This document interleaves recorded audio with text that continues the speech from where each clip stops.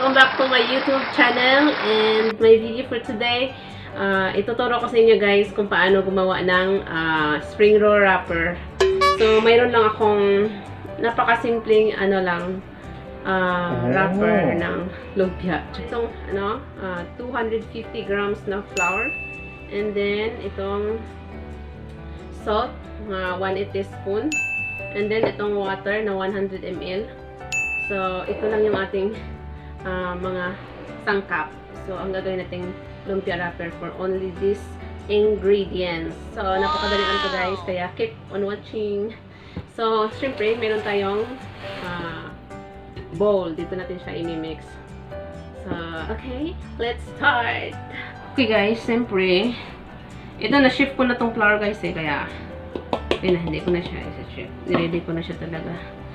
So, ang ginagawa ko guys is salt ko na lang muna yung itong salt sa water.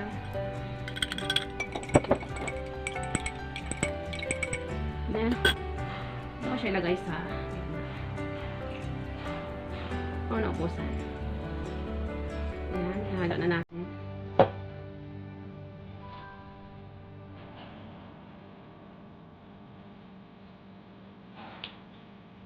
Guys.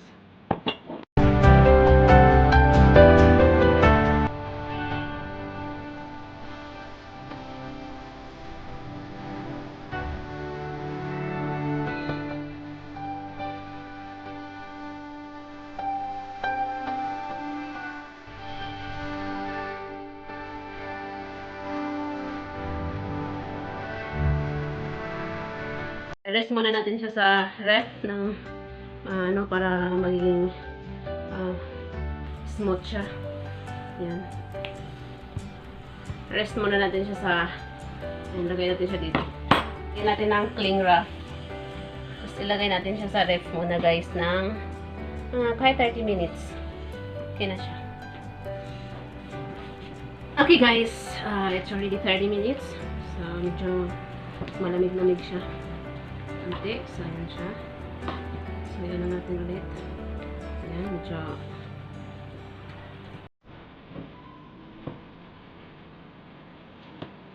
meron tayong roller pin. So, okay. Ayan. So, ano ko lang siya guys ng maliliit. Kasi pa-sir, ano na yun pa siya eh.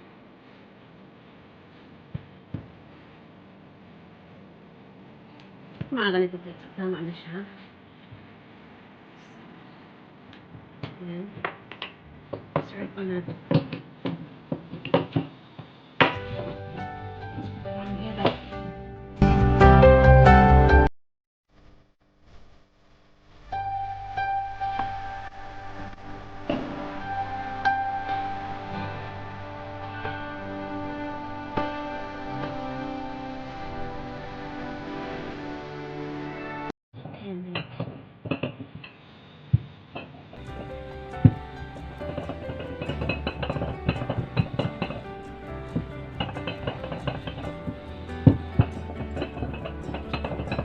Okay guys, so okay na siya. Yan. So I think okay na siya kanipis. So ganito lang yung gawin natin guys. Gawin natin lahat sa ating yan. So sakto na siya kanipis. Ganito. So pwede na siya. So ganun ang gagawin natin sa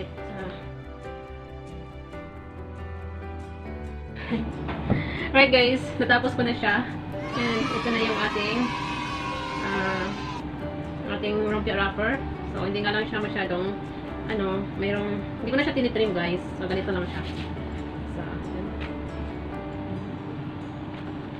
So, yan. So, hagawa ko guys ng 10 piraso sa, I think, large size siya. Malaki naman. Oh. Malaki naman yung laki niya. Yan. So, siguro mga large to. Hindi ko na siya kasi mamadali na rin ako. Ayan, I have my lumpia wrapper. Ayan. Wow! So, pwede siyang gamitin guys sa mga, ay sorry. Yan, so, okay. Okay guys, natapos na natin tong paggawa ng ating lumpia wrapper. So, syempre may wrapper tayo. So, ang susunod kong gagawin is gagawa ko ng vegetarian spring rolls. Kasi talagang gumawa ko nito kasi gusto kong gumawa ng vegetarian spring rolls. So, that would be my next video. So, sa mga hindi pa nag-subscribe, please subscribe to my YouTube channel. And pakiclick na rin sa bell button below para ma-update ka lagi sa aking mga i-upload na video. I-share ko sa inyo guys. So, sana mag-subscribe kayo and lagi tayong magkikita-kita. So, sa susunod na video guys is gagawa naman ako ng vegetarian spring roll. So, sana mag-subscribe kayo at saka magkita-kita tayo sa next video. So guys, thank you very much for watching and see you on my next video. Bye bye. God bless. Sorry, it's DJ.